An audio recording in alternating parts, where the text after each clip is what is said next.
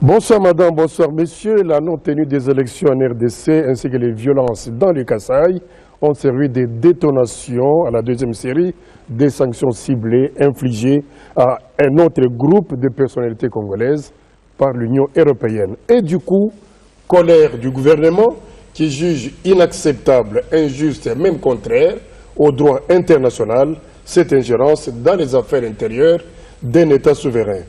Et l'Afrique tout entière s'est rangée derrière la République démocratique du Congo, d'abord lors de la 35e session du Comité des droits de l'homme à Genève et tout récemment au sommet de l'Union africaine à Addis Abeba en Éthiopie. Alors, les invités, professeur Mampouya, juriste, il n'est plus à présenter puisqu'il est habitué de ces plateaux, et le confrère Freddy Molumba, politologue, journaliste, avec qui on a déjà débattu de plusieurs questions sur ces mêmes plateaux. Première question, professeur, est-ce que l'histoire vous a donné raison suite à l'attitude des pays africains en ce qui concerne les sanctions ciblées ainsi que l'ingérence? Je sais que nous avons déjà débattu de ces problèmes dans 2 émissions. Vous avez été la cible des attaques par quelques collègues, professeurs de votre université, l'université de Kinshasa, qui vous a traité de tous les mots, jusqu'à vous qualifier comme quelqu'un ayant perdu le latin. Mais je suis d'accord avec votre question, elle est bonne, parce que vous dites l'histoire m'a rejoint, l'histoire ne m'a pas rejoint, elle a toujours été l'histoire. C'est-à-dire que cette vérité n'a pas changé, n'a pas évolué. C'est tout simplement qu'elle a été mise en lumière par le livre que j'avais publié, parce que la vérité juridique, en tout cas sur ce point, n'a pas bougé depuis la Charte des Nations Unies et depuis la pratique des Nations Unies, y compris du Conseil de sécurité, qui a inventé le concept de sanctions ciblées.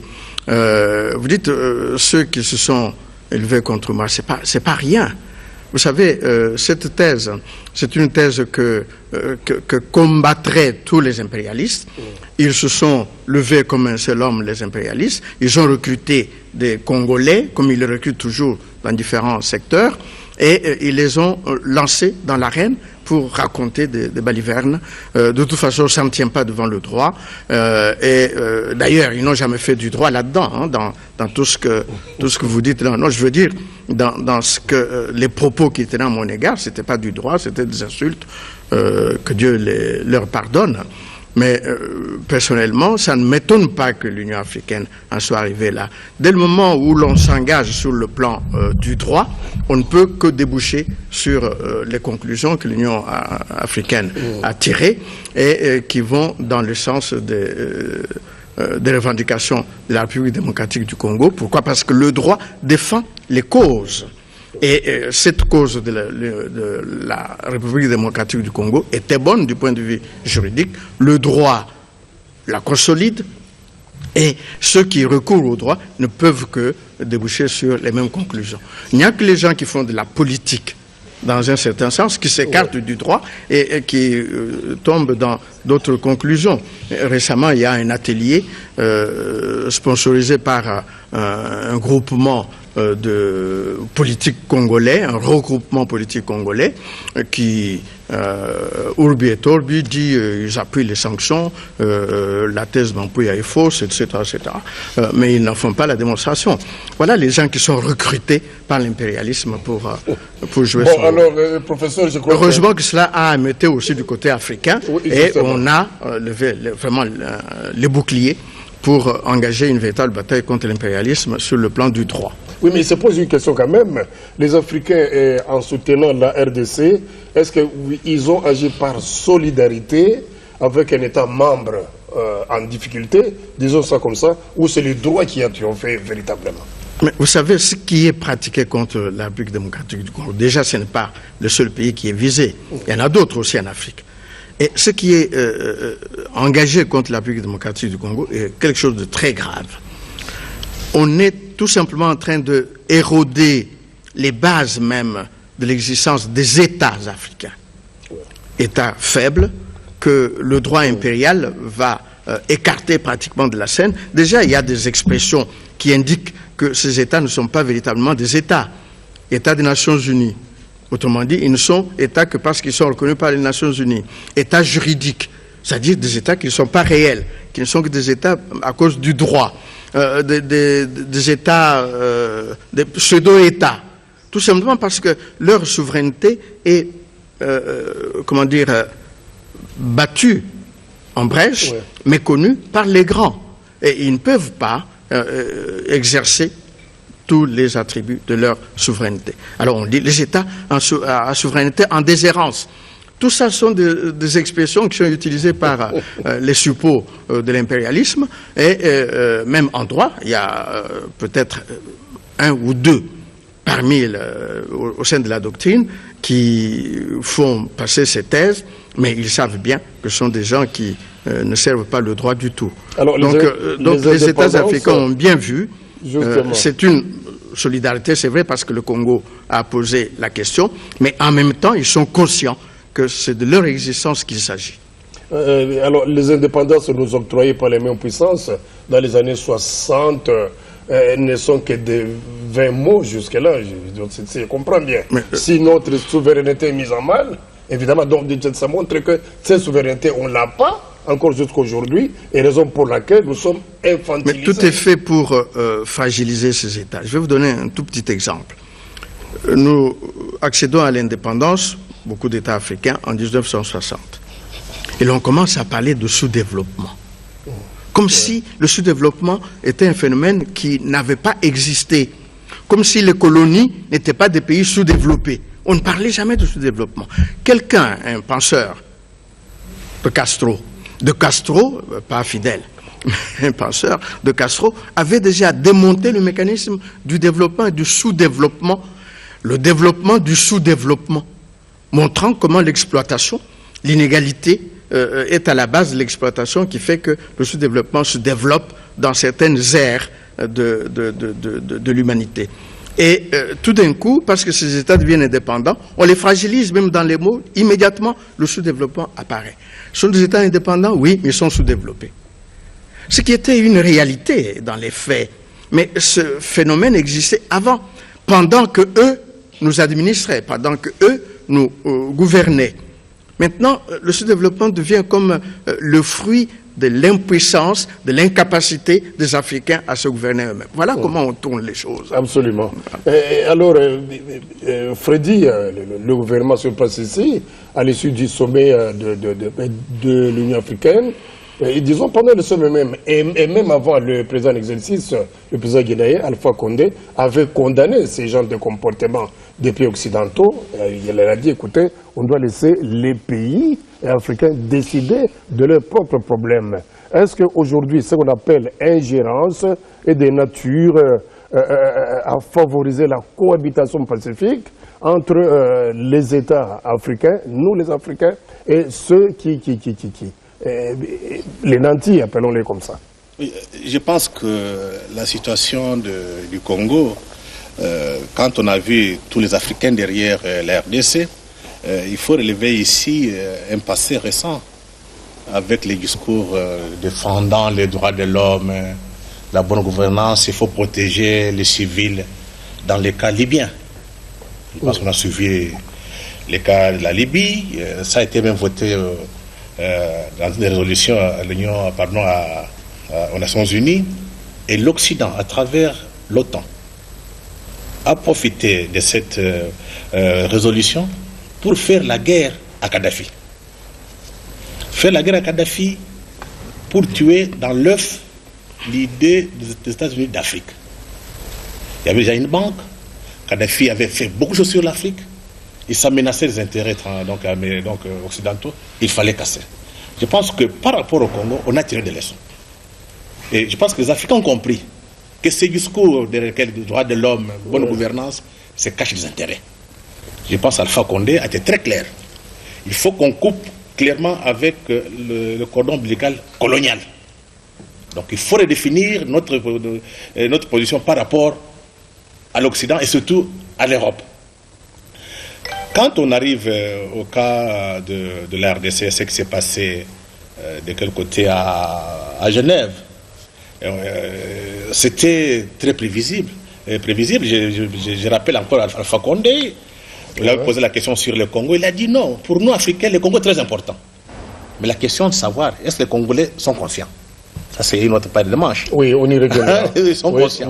Donc, le Congo est très important parce que quand vous regardez sur la carte géopolitique, le Congo pèse. Toutes les guerres qu'on a connues, les Africains qui sont conscients, comme Alpha Condé, c'est un homme qui s'est battu contre l'impérialisme depuis très longtemps. Il connaît quels sont les enjeux. Malheureusement, en Afrique, comme d'habitude, il y a toujours des gens qui jouent derrière les rideaux, qui tirent des ficelles, avec la complicité des Africains. Donc, pour la toute première fois, sur le cas du Congo, l'Afrique a parlé d'une seule voix. Pour la toute première fois. Ça signifie quoi? À Genève comme à Addis Abeba? Surtout à Genève. Parce que là, c'était frappant en voyant comment nos amis belges, avec l'Union européenne, ont ficelé les dossiers, ont poussé pour qu'il y ait une enquête internationale indépendante. On leur a dit, pas question, quand même c'est un État souverain, on ne peut pas accepter ça. Et pour la première fois, les Africains ont dit, niet.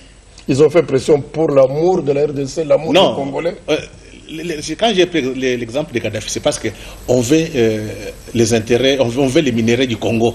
C'est que les Congolais doivent savoir.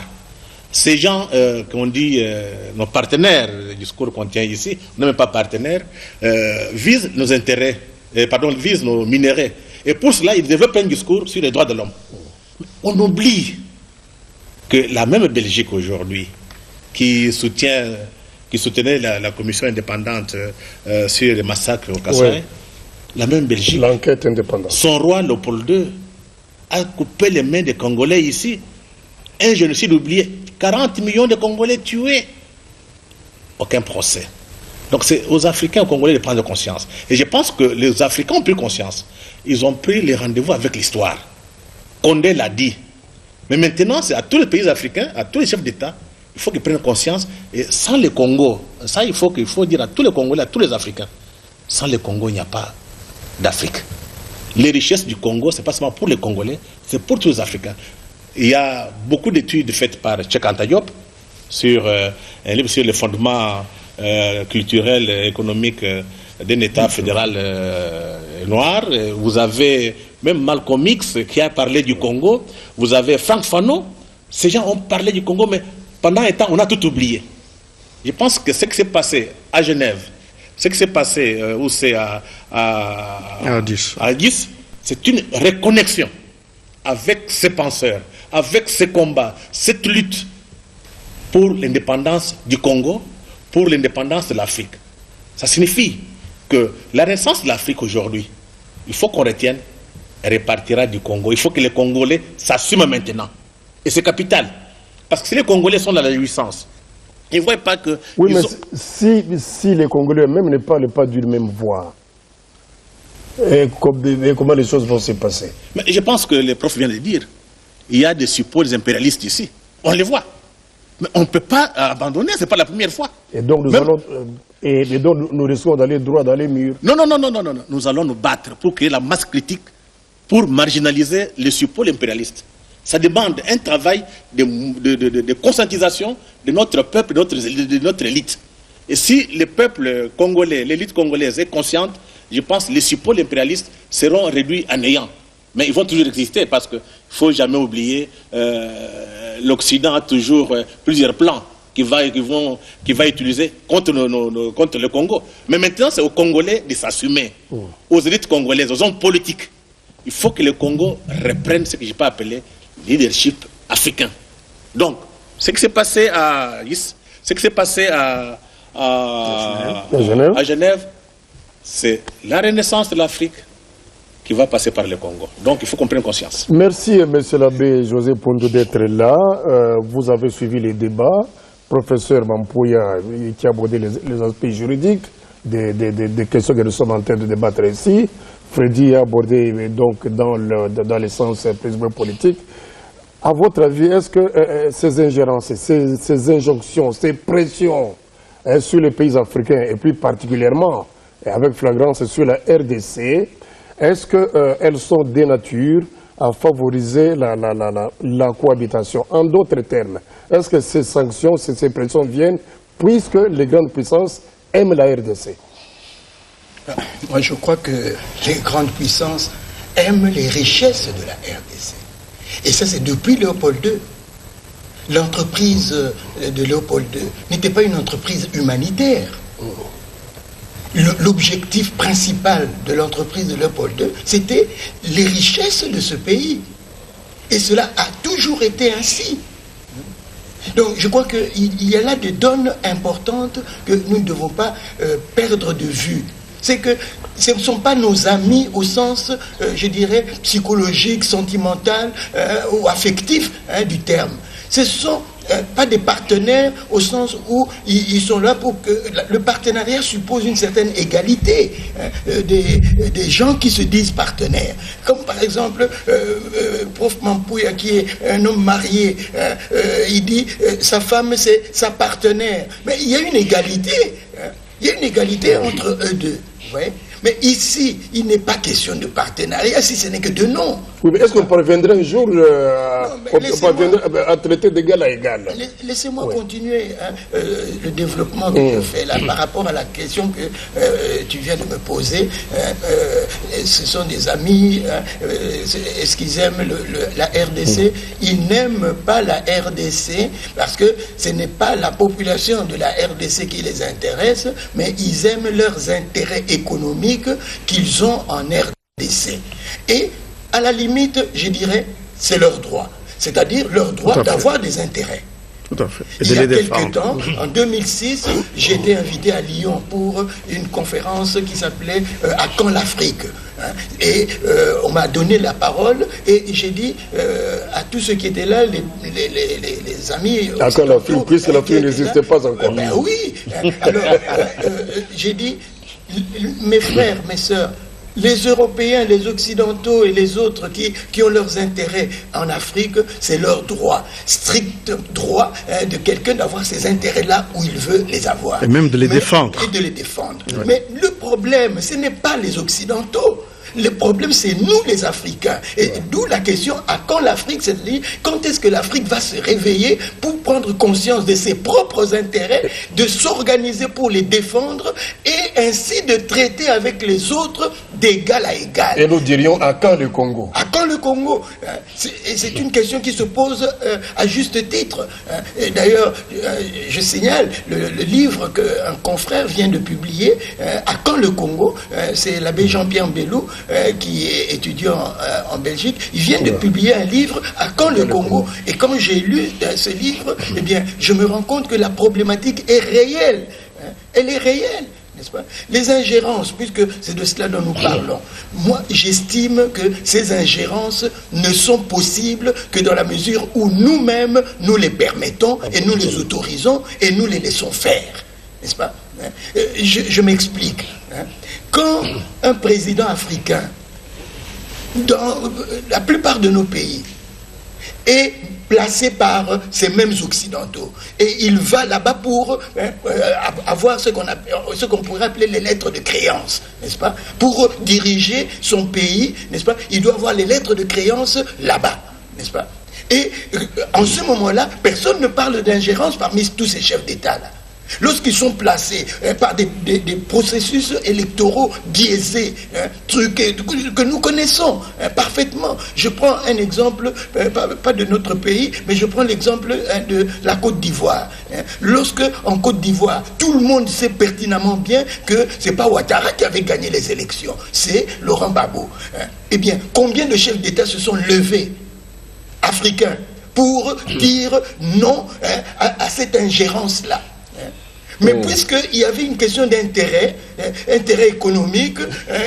c'est un peu partout en Afrique d'ailleurs, il faut généraliser. J'ai été en Côte d'Ivoire et j'ai eu des explications de ce qui s'est passé en Côte d'Ivoire. Je suis allé au Mali et intervenir dans une conférence internationale, n'est-ce pas, autour de ce conflit malien. Eh bien, j'ai compris une chose, la région où se passe ce conflit est une région où on a découvert des ressources minières importantes, n'est-ce pas?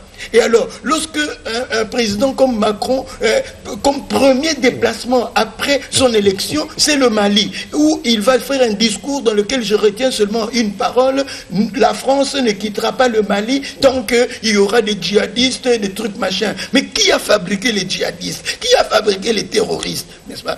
Ils ont besoin de tout cela pour exploiter les richesses des pays africains. Alors, pour parler du Congo, M. l'abbé, mais Freddy a dit quelque chose, mais est-ce que nous n'avons pas une grande part de responsabilité? Mais je viens de le dire. Dans cet asservissement? Je viens de le dire.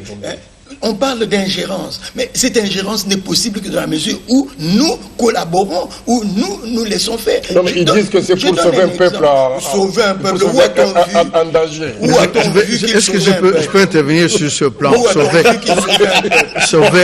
À supposer que ce soit leur objectif, Monsieur l'abbé José, à supposer que ce soit leur objectif, il y a des règles. Cet objectif-là est prévu dans les mécanismes des Nations Unies comme responsabilité de protéger. La responsabilité de protéger revient. Toutes les résolutions du Conseil de sécurité le disent.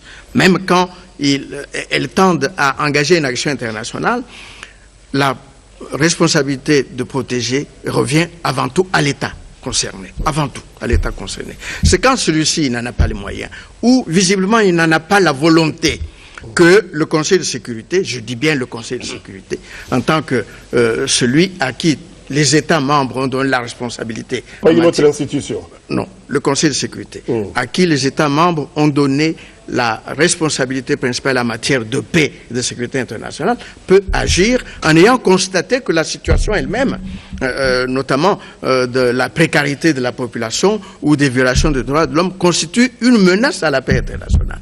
S'il ne le fait pas, il n'y aura pas d'action internationale, c'est à l'État lui-même d'agir, et c'est vrai que ça fait partie de la souveraineté de l'État. Il a sa souveraineté sur sa population, sur son territoire, sur les richesses du sous-sol, etc. Donc c'est à lui d'agir. Mais il ne reviendrait à personne d'autre qu'à l'État, ou en cas de défaillance ou de mauvaise foi au Conseil de sécurité, de tenter une action. Ce n'est pas à un État européen, ce n'est pas à l'Union européenne de faire quoi que ce soit, parce que toute cette responsabilité revient au Conseil de sécurité. Moi, je dis, il ne faut pas qu'on on se méprenne et qu'on dise, voilà, les gens qui sont en train de dire que ce n'est pas important de respecter les droits de l'homme. Non, c'est important de respecter les droits de l'homme. Ouais. Mais les violations des droits de l'homme peuvent être sanctionnées, mais pas par un État qui décrète de lui-même qu'il y a eu violation des droits de l'homme, et voilà les sanctions que je prends. Il y a toute une procédure. Même les criminels, au plan pénal, même les criminels ont des droits et il faut les défendre, ne serait-ce que sur ce plan-là. Mais ici, on est dans une situation où c'est l'État qui a la souveraineté sur son territoire. On ne peut pas agir à son égard comme s'il n'existait pas. C'est vrai que, comme je le disais, leur volonté est d'arriver à considérer que les États, notamment les États africains, les États faibles, ne sont pas de véritables États. Ouais. Il n'y a qu'eux qui pourront agir sur le plan international. Cela bien ajouter quelque chose là. J'admire énormément l'approche juridique du professeur Mampouya, qui est juriste. C'est sûr qu'il parle le langage qu'il maîtrise le mieux, le langage du droit. Eh bien, j'admire. Mais je me dis, et je me pose aussi la question, est-ce que le problème que nous abordons n'est-il pas à considérer à un autre niveau qu'au simple niveau du droit? Le droit, c'est bien, et c'est vrai, et il faut que ce niveau-là soit pris en compte d'une manière importante. Mais, à mon avis, il y a un autre aspect du problème qui est beaucoup plus, à mon avis, plus important, c'est l'homme, la manière dont l'homme noir, l'homme africain est considéré. Est-ce que l'homme africain existe pour les autres occidentaux, américains et tous? Est-ce que l'homme noir existe-t-il comme être humain? Lorsqu'on regarde l'histoire, n'est-ce pas, à travers l'esclavagisme, la colonisation, la néocolonisation aujourd'hui, est-ce qu'on peut réellement dire que pour ces blancs, appelons-les comme ça, l'homme noir est un être humain. Ouais. Il y a des petits faits, des détails comme ça que lorsqu'on a vécu un temps soit peu en Europe, eh bien, on peut avoir vécu des petites expériences. Je prends un cas très simple. J'arrive dans une famille, prêtre que j'étais vicaire dans une paroisse en Belgique pendant mes études. J'arrive dans une famille invitée pour dîner. Le petit gosse là de la maison, le gamin là, il s'approche de moi et il me dit: José, est-ce que chez vous, vous habitez aussi dans des maisons? Bon. Comprenez, hein? Une question apparemment banale. Et quand je lui pose, je lui rétorque en disant: mais pourquoi tu me poses cette question? Il dit: mais oui, parce que moi je croyais que vous habitiez dans des arbres comme des singes. Donc voilà un peu ce que dit le petit enfant là. Ça reflète ce que pense la société, les adultes, parce que pour eux, nous sommes des singes, nous sommes des animaux, nous habitons dans des arbres, nous n'habitons pas dans des maisons. Et il dit: et chez vous, vous mangez aussi avec des fourchettes? Et moi j'ai dit: ben oui, pourquoi pas? Donc, des petites questions comme ça qui montrent le vrai problème. Le fond, c'est un problème d'humanité. Est-ce que nous sommes considérés comme des êtres humains? Est-ce que nous-mêmes, nous nous considérons comme justement, est-ce que nous voulons nous affranchir nous-mêmes? Regardez par exemple, j'étais en train de lire ce matin la déclaration des 33 ONG des droits de l'homme qui demandent à l'ONU d'infliger des sanctions ciblées au président de la CENI. Ok. Je voudrais aussi... Vous savez, ce qui se passe, je pense qu'il y a quand même toute une histoire ici. On peut faire une petite comparaison entre la période actuelle et la période de Mobutu. Il ne faut pas oublier l'affaire Letiti Mboka. Je me rappelle, j'étais étudiant en Belgique. On a dit qu'on avait massacré beaucoup d'étudiants à Lubumbashi. Il y a eu beaucoup d'ouvrages, beaucoup de rapports. Et on a sanctionné Mobutu en disant qu'il a fait des massacres. Vérification faite. Il n'y a eu qu'un seul mort. Un seul mort. Est-ce que vous avez vu après après avoir découvert qu'il y a un seul mort, est-ce que vous avez vu ce qu'il avait écrit auparavant se remettre en cause? Non. Parce que l'objectif c'était comment? Isoler Mobutu pour qu'on puisse casser le régime. Sur les schémas aujourd'hui? Même technique, les Belges ont utilisé, mais ça a échoué. Ont utilisé à Genève. En parlant de massacres, ils disaient non, il y a un conflit, il y a une génocide contre les peuples Luba et Lua, il faudrait qu'il y ait une commission internationale. Mais l'objectif poursuivi, c'était d'isoler le gouvernement, le régime sur le plan international, et de l'abattre comme on l'a fait du temps de Mobutu. Mais ils se sont trompés d'époque. L'Afrique de Mobutu n'est pas l'Afrique d'aujourd'hui. Et je pense que nos amis belges doivent être en difficulté aujourd'hui, même sur le plan européen. Ils sont isolés. Les Allemands, les Français et d'autres ne sont pas d'accord avec eux. Parce que ce n'était pas un procès qu'on cherchait contre le Congo, c'était une sanction qu'on cherchait tout simplement. Alors que quand on demande la justice, c'est pour réparer, je pense, professeur. On répare les injustices. Mais ici, ce que les Belges, avec les Européens, cherchaient, c'est comment condamner et casser le régime. Mais ça a échoué. Maintenant, c'est le retour de la manivelle. C'est là où notre responsabilité. Vous savez, avant d'aller plus loin... Hein. Oui, je vous en prie, mais ça va prendre la parole tout à l'heure aussi, oui. Avant, l'Occident a toujours des calculs. Il y a des étapes. Ils ne vont pas abandonner. Maintenant, il faut qu'à Kinshasa, qu'en Afrique, que les gens soient debout, qu'on engage un combat. On va négocier après le combat et non avant le combat. Ça, c'est la mentalité occidentale. Donc, c'est question de construire un rapport de force. On n'a pas d'autre choix.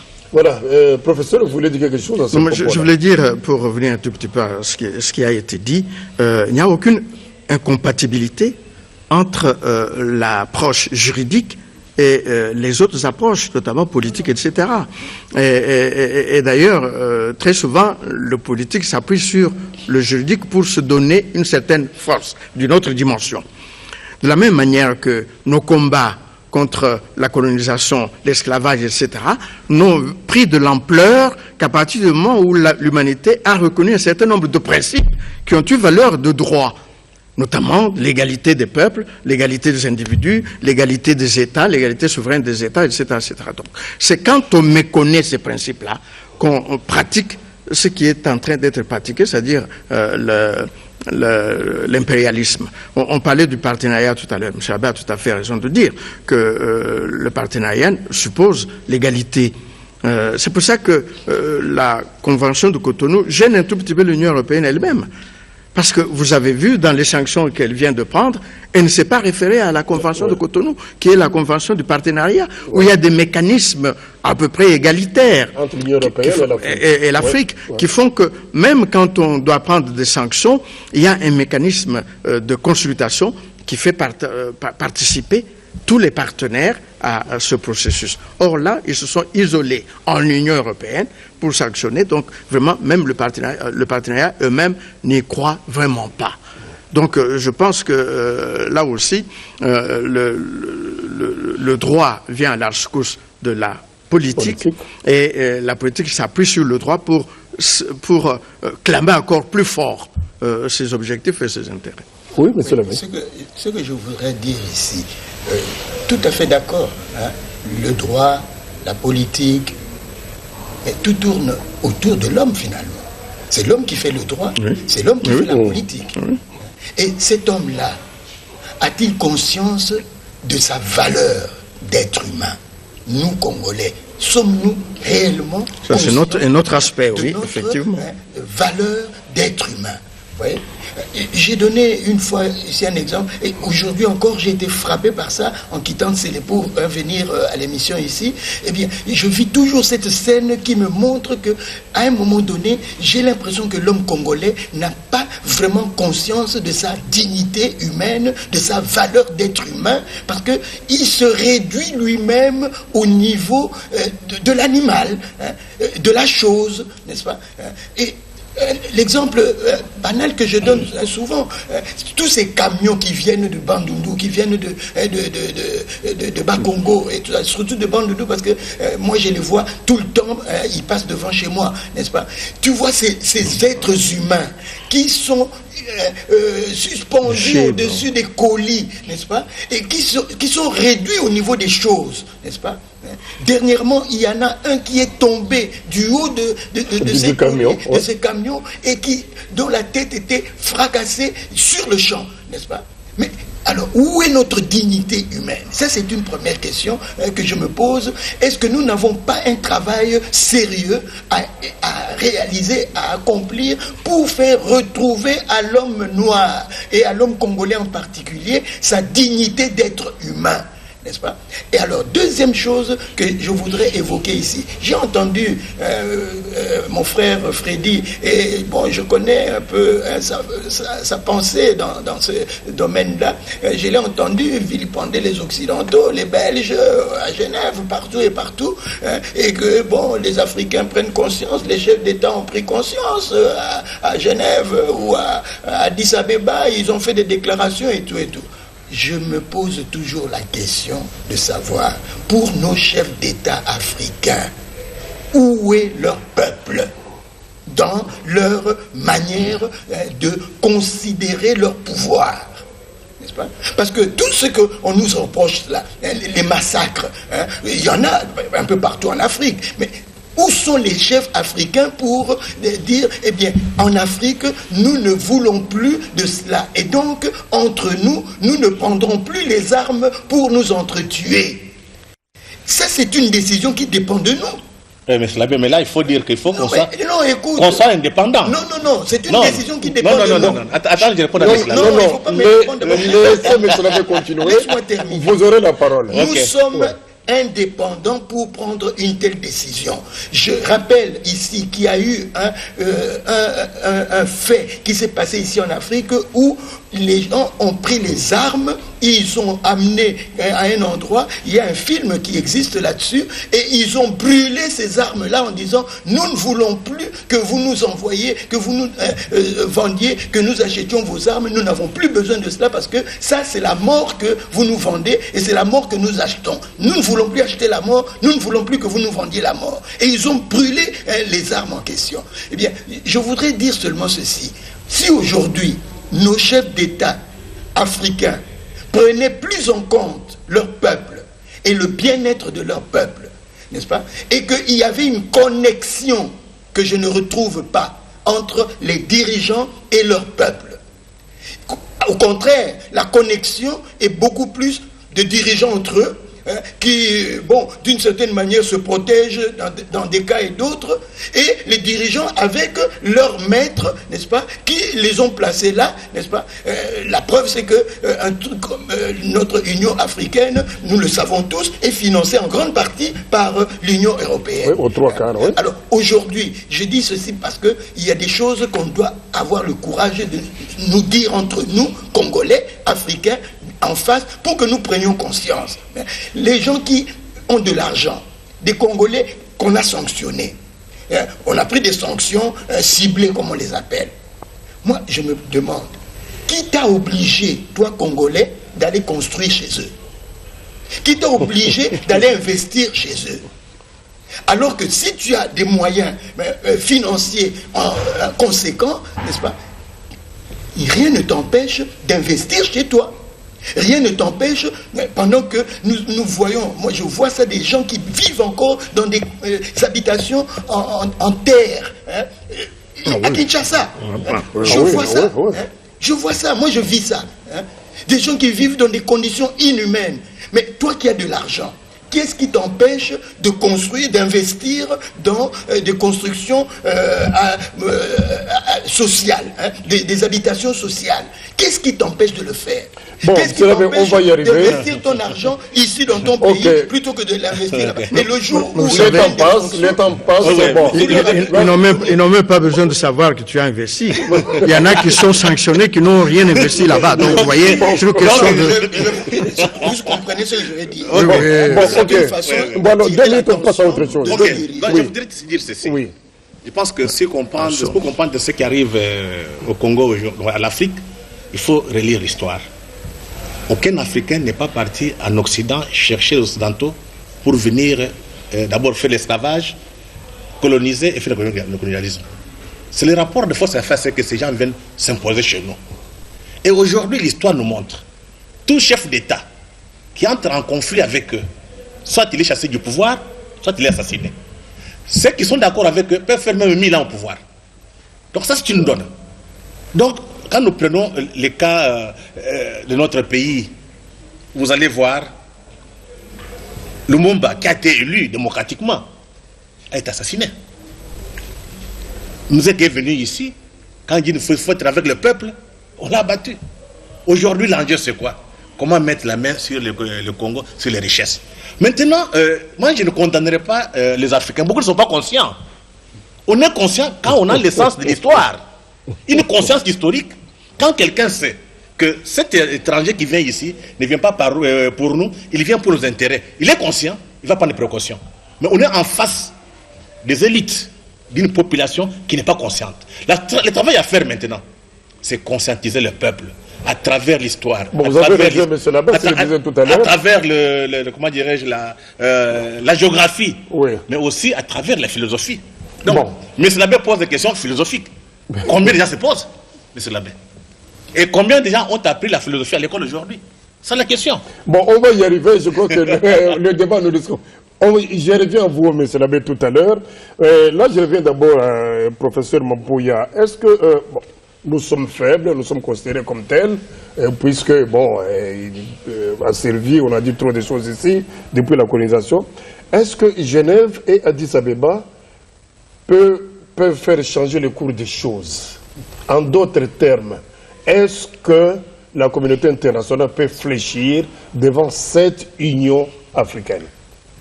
Moi, je crois qu'il faut mettre les gens devant leurs responsabilités, leur causer une mauvaise conscience. Et la décolonisation est l'une des preuves.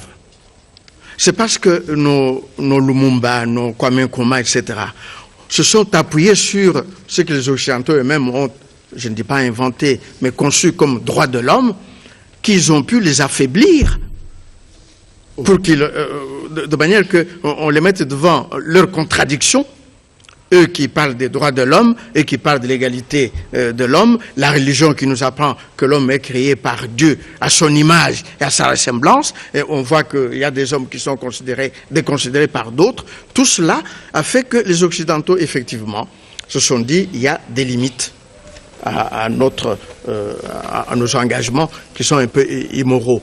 C'est pour cela que je dis il faut continuer là-dessus. Pourquoi? Parce que sur le plan purement des faits, nous ne sommes pas encore en position de nous traiter avec eux d'égal à égal et de nous mettre sur le même terrain.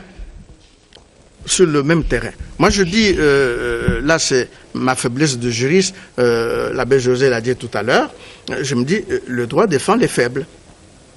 Et pendant ce temps-là, pendant qu'il nous défend, nous devons effectivement nous renforcer à l'interne, aussi bien sur le plan des consciences que sur le plan du fait politique, pour que nous puissions effectivement nous opposer à cela. Mais cela passe par l'autonomisation. L'autonomisation aussi bien des États en ce qui concerne leur développement et le progrès social pour que les peuples soient pris en compte, et que sur le plan africain, de manière que les Africains sachent qu'ils doivent financer leur organisation, qu'ils doivent payer leurs cotisations. Vous savez combien d'États africains sont en défaut de paiement des cotisations à l'Union africaine? C'est tout cela. Il y a donc des choix politiques à l'interne à faire, de manière que de l'argent soit dégagé pour pouvoir payer nos cotisations. Il y a des dépenses qui ne sont pas nécessaires. Ça, c'est une question de budget et des options en matière budgétaire, en matière de politique publique. Tant qu'on n'a pas un discours qui s'accorde à une idée de politique publique, avec des priorités vitales, existentielles, on s'égare et on ne dégage pas l'argent nécessaire pour les choses les plus importantes. Même tout ce qu'on dit ici, la prise de conscience n'est pas quelque chose de théorique, ce n'est pas abstrait. Il ne faut pas être marxiste pour croire que la conscience est le reflet de la situation matérielle que l'on vit. Marx l'a dit, mais il ne faut pas être marxiste pour cela. Si moi je suis exploité, j'aurai la conscience d'un exploité. Si je suis un bourgeois capitaliste, etc., j'ai la conscience de classe du bourgeois et du capitaliste. C'est pour cela que quand on parle des élites ou des intellectuels, moi je ne crois pas. Il n'y a pas de classe d'intellectuels. Il n'y a pas de classe d'élite. Il y a des intellectuels, oui, il y en a. Mais maintenant, créer une conscience, c'est autre chose qu'une question de formation, de diplôme, etc. Et je crois que tout concourt à cela. Tout concourt. Le respect du droit, bien évidemment, mais aussi des valeurs religieuses, le respect des valeurs morales, de l'éthique, la connaissance de la philosophie, l'ontologie, y compris de l'homme noir, etc., etc. Tout concourt. C'est une œuvre de grande haleine et qui s'engage sur un spectre très large. Il faut que nous soyons conscients qu'il faut faire cette œuvre-là et nous y engager. Si nous voulons vraiment traiter d'égal à égal avec l'Occident, sur le plan des principes, ça va très bien parce que nous les avons maintenant, mais continuons de les avancer. Moi, je dis, plus nous constatons les inégalités, plus il faut crier que nous sommes égaux. Oui, effectivement, il y a des inégalités. Je reviens à vous, c'est la question que j'allais poser. Professeur, aujourd'hui, on a l'impression que la fracture devient de plus en plus profonde, surtout chez nous ici, entre ceux qui sont au pouvoir et ceux qui sont de l'opposition, si bien que c'est de créer cette unité-là pose effectivement un grand problème. Mais comment y arriver pour faire bloc vis-à-vis de l'extérieur qui semble en fait nous infantiliser? Vous abordez une autre dimension quand vous dites ceux qui sont... Je croyais que vous alliez dire entre ceux qui sont enrichis et ceux qui ne meurent pas. Bon, vous dites ceux qui sont au pouvoir et ceux qui sont à l'opposition. C'est une autre contradiction aussi, effectivement. Mais pourquoi le fossé se creuse entre ceux qui sont au pouvoir et ceux qui sont dans l'opposition? Pourquoi? Parce que nous sommes dans la conception que la démocratie, c'est les élections, et aux élections, celui qui gagne prend tout. Chez nous, dans nos mentalités, quand on dit prendre tout, c'est vraiment prendre. Hein? Oui, mais c'est ça. Les gens sont convaincus que celui qui a gagné... les gens me disent la démocratie, c'est la dictature de la majorité. Bien, dès le moment où il y a le mot dictature, ce n'est plus démocratique, tout simplement. Ça a beau être la majorité qui impose la dictature, c'est une dictature. Donc la démocratie ne peut pas être cela. Dans nos sociétés où nous savons comment nous sommes fragiles, sur le plan de l'unité, sur le plan de la cohésion, comment pouvez-vous avoir la cohésion nationale si une bonne partie des gens se sentent délaissés, ou même tout simplement par rapport à l'exercice du pouvoir? Comment voulez-vous que ces gens-là viennent dans le mouvement de cohésion? Je pose la question.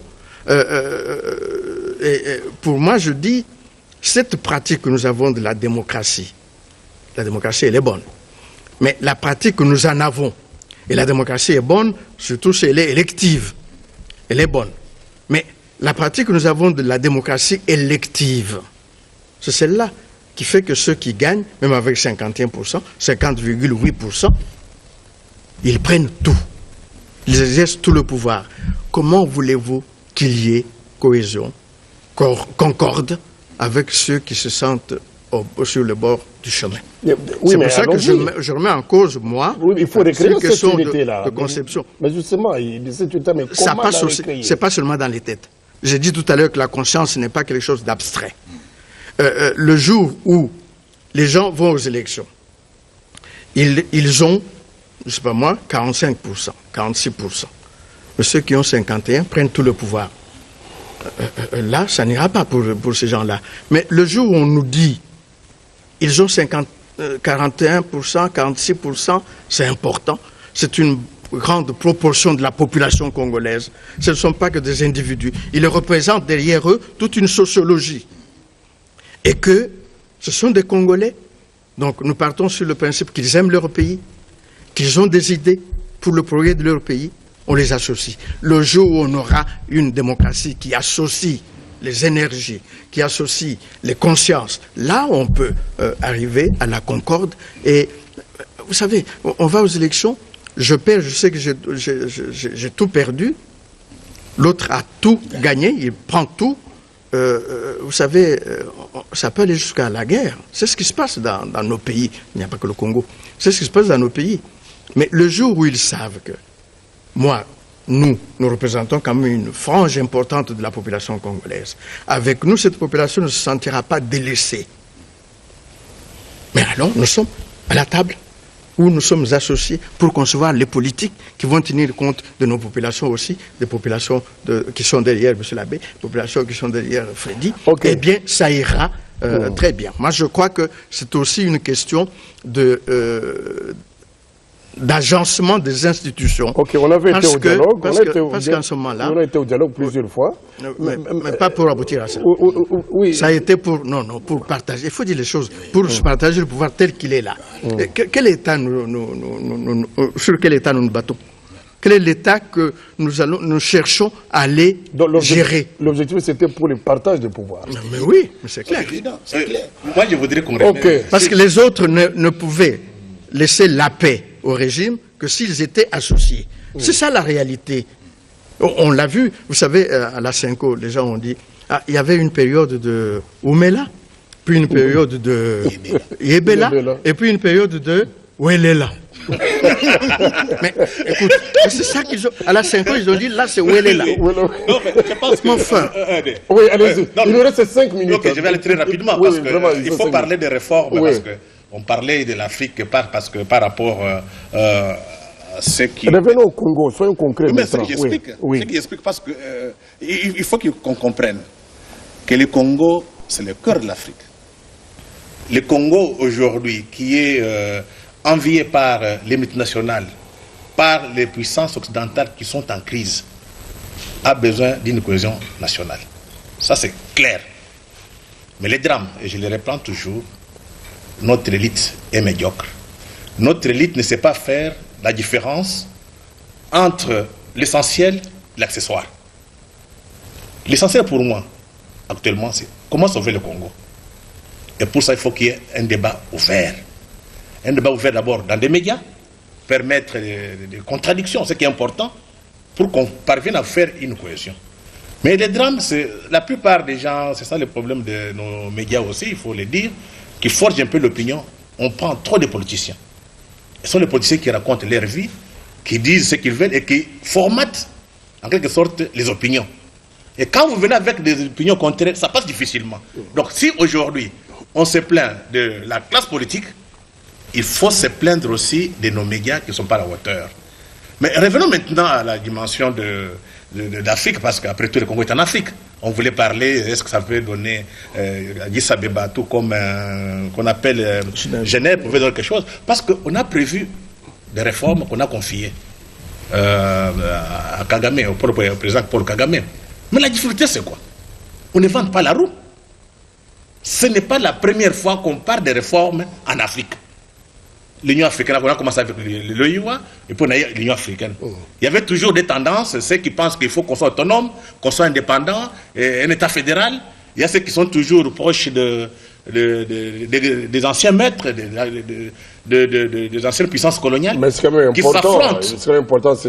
Les réformes préconisées dernièrement tout de même. Ouais, mais c'est ce que j'ai dit. Oui. Il faut tirer les leçons de l'histoire. On ne vante pas la roue. Pourquoi les réformes qu'on a commencées depuis 63?